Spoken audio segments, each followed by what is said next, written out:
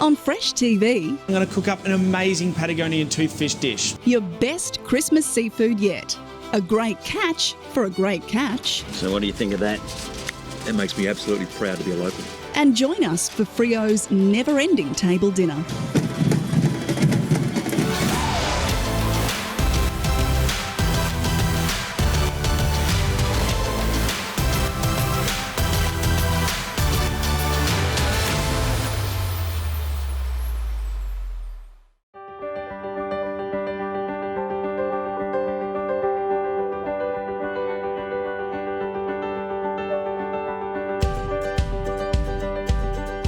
So we've been out on the sea view too with Anthony and Will in the beautiful Quarrumup Bay. Hunted ourselves a catch. Yoo-hoo! Stick around, we're going to cook up the feast. See you in a bit. Let's go, boys. Scott Bridger joins us in the kitchen today. Scott, welcome to Fresh TV. Thanks, Jasmine. So you're executive chef at Bib and Tucker, and you've been there for years, haven't you? Yeah, 5 years now we've been opening, and yeah, it's kind of going from strength to strength, so it's been a lot of fun. Right, so what are you cooking up for us today? I'm looking forward to this. Okay, we're going to be doing beef and onions, so different textures of onions, different flavours. I'll pop off to Coles and get what we need. Now, what cut of beef should I get? Maybe we'll get some Scotch fillet today, about 1 kilo, please. Right, okay, we'll see you back here soon. West Aussies just love their seafood at Christmas. So right now it's the busiest time of the year for us at Catalano Seafoods. These employees have been hard at work since 4 a.m, processing and packing all this seafood. The company is headed by my old man Nick, but it's a real family affair with my uncle, my 2 brothers and cousin also working here. So for us it all began in 1969 when my father, who was a spud grower, decided that there wasn't really much of a future for his children on the farm, and he bought a fish and chip shop. Today this business has grown to having 1 factory direct outlet, 4 company owned stores and 10 under franchise. So our products really range from fish from the northwest, Darwin and the Pilbara. You'll find Combe Bay barramundi, Point Samson red emperor and some delicacies like marron, lobster and abalone. As soon as these fresh products are packed, they're sent out to store within 30 minutes. But my pick of the bunch is Patagonian toothfish from Antarctic waters. The popularity of this fish is growing, with some of the world's best restaurants using this product. Now that you've seen where all the hard work happens with the Catalano family, this is where the magic happens. We're down here at the Whitford store and I'm going to cook up an amazing Patagonian toothfish dish. So the first thing we're going to do is get this Patagonian toothfish into the oven. We're going to cook it at 70 degrees for about 30 minutes. So to make our crispy fish skin and crackle, we're just going to drizzle a little bit of olive oil and then season with a little bit of salt. Now we're going to place another piece of baking paper directly on top of that skin, press it down and then press that tray straight on top and into a really hot oven. Now the perfect match for this beautiful slow cooked Patagonian toothfish is a creamed corn chowder. And to make that chowder we've got some potato, we've got some celery, some fine chopped shallots, some garlic, we've also got some corn and we're going to put some miso paste in there as well. Alrighty, so we've got a medium to high heat in our pan. In goes a little bit of olive oil and then all 4 of those ingredients.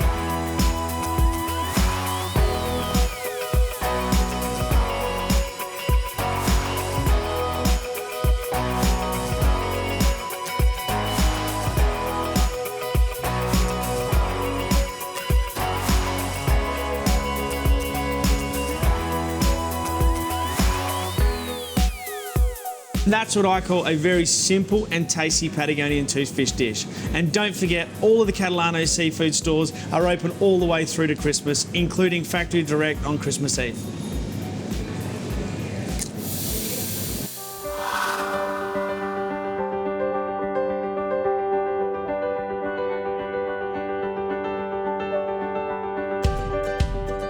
So I'm here with the meat manager, John Richards. Now I have been sent to get some Scotch fillet, and can you cut it for me into 2 thick slices? Certainly can. Okay, show me where that is.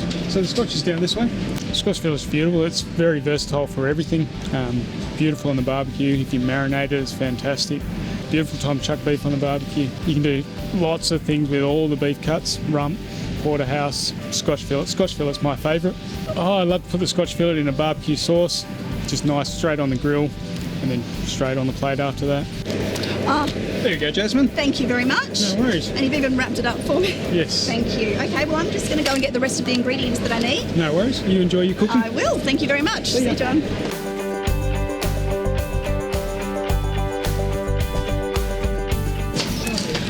I've got everything I need, including my Christmas gingerbread man. 20 cents from every one of these sold goes to Red Kite, which is a children's cancer charity. What better time than Christmas to help out with something like that? After the break, we've got a fresh TV take on an old favourite. And that's it. Beautiful, Scott. Onions That is and beef. lovely. And Tony finds Lady Muck of the Chook House and all her friends. I tell you what, Greg, I can't wait to dive into this, mate. It looks so...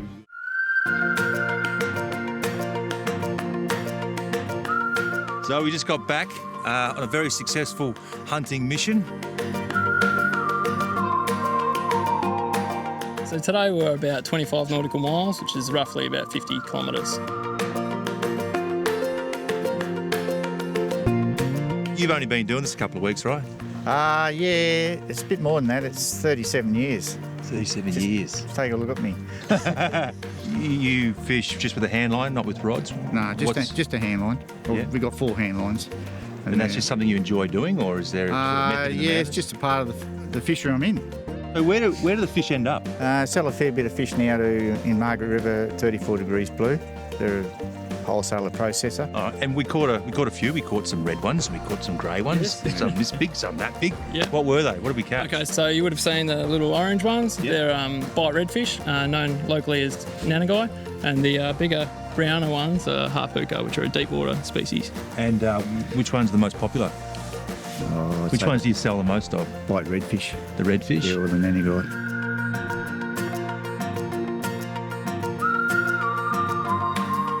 Thanks a lot, Anthony. Really appreciate your time. Will? Yep. Thoroughly enjoyed it. Let's get into some cooking, eh? Yep, let's go. This week's Fresh TV Celebrity Chef segment is filmed in the Aria by Peter Stannard. This stunning 2-storey family home is exquisitely designed and boasts modern and luxurious features, including a grand master bedroom with an enticing ensuite. This very large home is ideal for entertaining. Its fully appointed kitchen opens out to the alfresco area, perfect for relaxed summer nights. Upstairs is the kids' escape, spacious bedrooms and an activity room.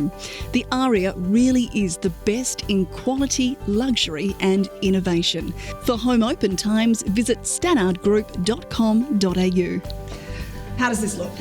Beautiful. Yeah? Look great. So I chose the right chunk of steak? Yeah, it looks really good. Okay, what are we going to do now? So we're going to just season it up. So a bit of salt, bit of cracked pepper, Okay. a little bit of oil on there, and then we're going to put it into a really hot pan, sear it on each side, and then just cook it nice and slow till it's about medium rare in the middle. So how long would that take to cook? I would say that'll take about half an hour to 40 minutes.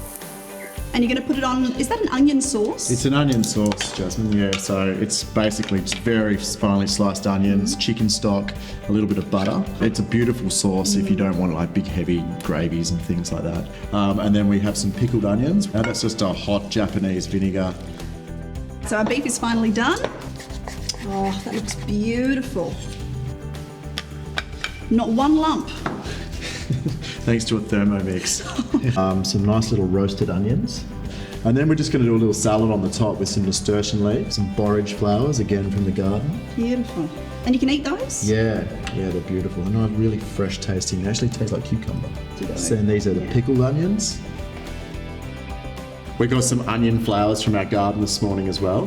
And this is the beauty of growing food. You know, it's not just about the onion. When they go to flower, we can use the whole thing. A little bit of cracked pepper. Of course.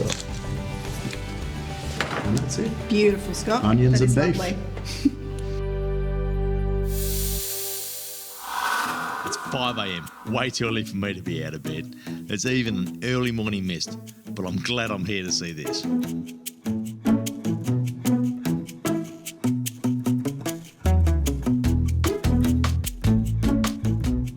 These are Mount Barker free-range chickens, and they love roaming free.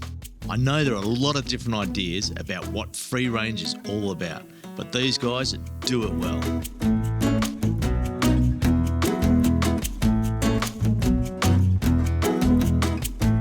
We think consumers' expectations are changing, and we as a business are trying to keep up to speed with what consumers want. They want ethical farming, they want sustainable farming. Every day the doors open and the chickens are encouraged to come out and play. And then obviously the vines and hay bales, all of the things that we think that will encourage the birds to come out. And as you've seen, Tony, they love to come out. How's this? Listen carefully. Can you hear it? We put some music into the sheds and the birds actually migrated to the music.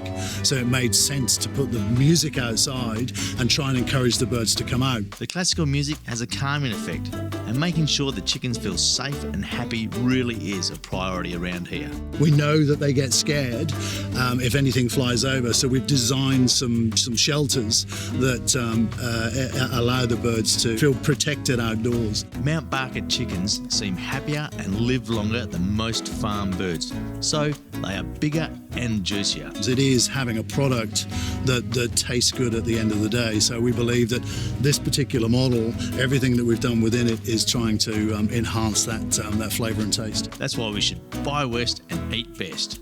Many WA producers are at the top of their game, producing premium produce for us to enjoy. So my next stop is Lime 303, where I meet Chef Greg. They're a local restaurant in Albany who's been using Mount Barker chicken for years. Mate, I was at the farm today and I was actually blown away how fantastic the whole free-range system works and environmentally friendly. Yes. And, you know, I've been using this chicken for years too. I must say, it's a beautiful chicken. Yeah, it is lovely. Nice and juicy, and it comes out great. Greg has prepared for me a chicken delight. We wrap the whole thing in chicken skin and sous vide it just till it's perfectly cooked, and then fry it so you just get the crispy skin the whole way around. It's beautifully cooked and presented on a bed of mash and freshly cooked baby carrots. I tell you what, Greg, I can't wait to dive into this, mate. It looks so good. Butter and potato, nothing better. Always so moist. Yeah, sensational. Coming up on Fresh TV, one on the rocks for miles. Try it. Let's get into it. Tuck into it. Look at this.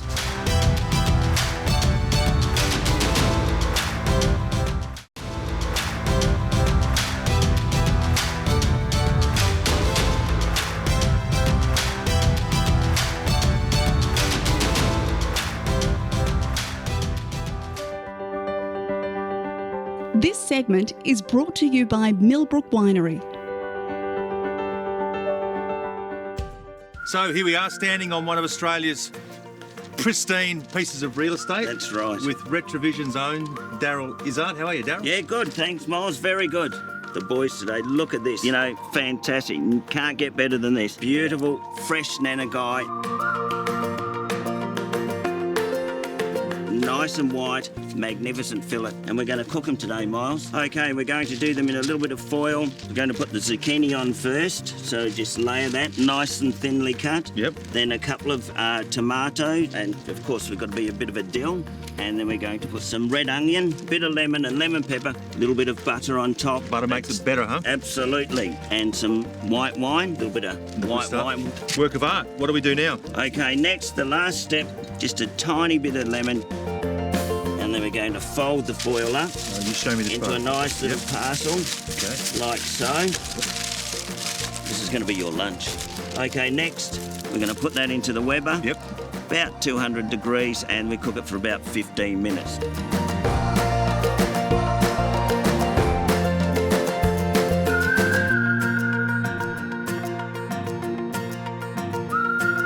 So we've got some local fish caught by local fishermen. That's it. You've got local produce from a local store in Busselton. Definitely. The local element's always strong.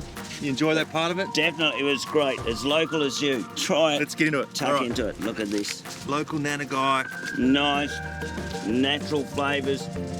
A little bit of tang to it. So what do you think of that? That makes me absolutely proud to be a local. You're a gentleman, mate. Thank you, Miles. Thanks again. Thank you. See you soon. Scott, this looks too pretty to eat. It's beautiful. Thanks, Jasmine. Well, it's only beef and onions, but it's again, it's about the produce. Well, so. it's probably the fanciest looking beef and onions that I've ever seen. Now, what wine have you chosen to go with this? Well, I think with a good WA beef, we should be choosing a good WA wine. This is a favourite of mine, Millbrook Winery, Tempranillo. It's a lighter style that should go very well with a lighter style meal. Okay. All right, I'm going to have a try. Go for it, dig in. Sorry, I'm not going to wait for you, I'm just... Wow. I never grew up with steak like that. That is beautiful. It is beautiful. Scott, thanks for coming on the show. Thanks for having me. This is a great meal. Cheers. Cheers. Up next, Freo puts on Christmas dinner for the whole town. And another tough day at the office for Josh.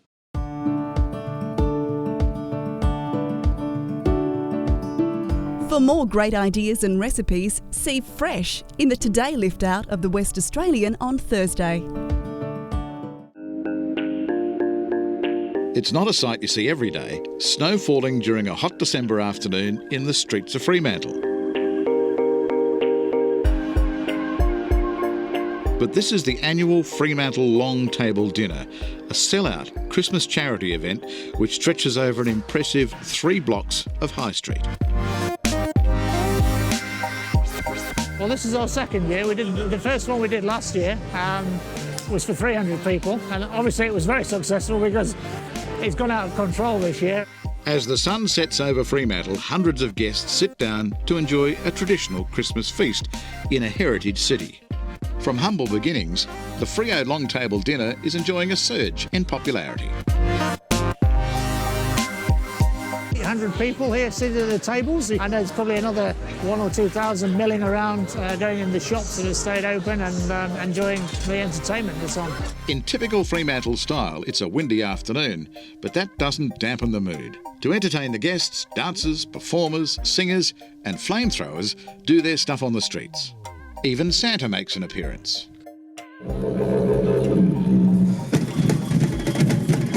It's a day out that takes months of planning and more than 100 volunteers.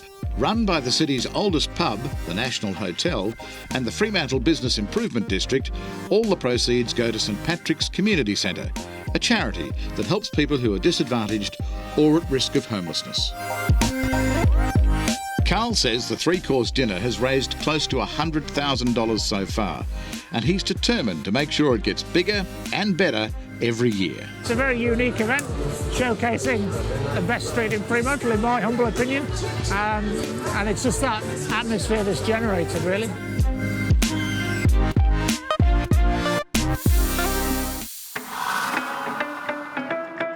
Take a guess where I am right now. Well, if you said Bali, Thailand, or any tropical country, you'd be wrong. I'm at WA's only licensed beach bar in Fremantle, where you can literally stroll off the beach and into the venue within seconds.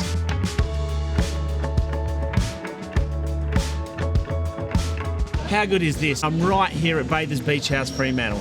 What a lovely spot, and to find out a little bit more, we've got the General Manager, Anthony, to come down and have a chat. Anthony, how are you, buddy? Good, Josh. Yourself? So this is your office, is it? This is my office. Not a bad office. So I could certainly get used to this. Not long ago we celebrated our 3rd birthday, so it's been a great 3 years. There is a bit of history to this building. It used to be the old Fisherman's Co-op a long time ago. This stretch of the beach is the first in the state to be granted a liquor licence. Feels a little European, doesn't it? So it's not just a beach bar here? Look, that's correct. We've got the function space upstairs. We've got a large restaurant here, so there really is something for everyone. Everyone from grandkids to grandparents, everyone in between, come down for the family dinner. It's accessible to everyone. It's fantastic. We arrived yesterday from Adelaide, so yeah, came here for dinner last night. We're back again today. Let's go check out the venue and maybe try some of the food. Sounds good. I think in terms of the location, it is really unique here geographically. You have a look at it with the yacht club there, the beach right in front of us, the protection we've got, the safe beach. It's fantastic. There are no other spots on the coast like it. Anthony says they can host weddings on the beach, which means the guests can simply walk upstairs into the function room. So now for something different.